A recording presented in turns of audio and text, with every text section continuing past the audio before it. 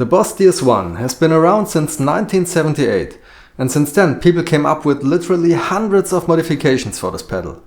Well, maybe not hundreds, but a lot. That is until the late half of 2016, because that's when Boss decided to change the DS-1 to tiny surface mount parts. So be aware that the modification I'm going to show you is only possible if you have a pedal that still has through-hole components. The mod I'm going to show you is very simple because you don't even need a soldering iron.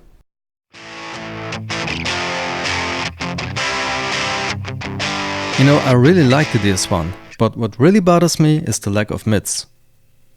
Even with the tone up at noon, it sounds really icepicky, and as soon as you roll the tone down, it gets muffled.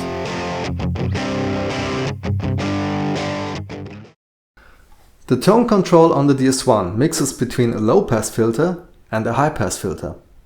So by removing or changing, for example, C12 or R17, you remove or change the respective filter. Here you can see the C12 capacitor. Removing this capacitor will enable the low-pass filter. A different value will change the frequency of this filter, allowing more or less mids to pass through. And here you can find the R17 resistor. Again, removing or changing it will remove or change the respective filter. You can easily remove C12 or R17 with a pair of cutting pliers. You don't even need a soldering iron. But of course you can go fancy on it and, for example, put the capacitor or resistor on a switch, or use different values. Now let's do a before and after comparison to show you how the DS-1 sounds if you remove C12 or R17.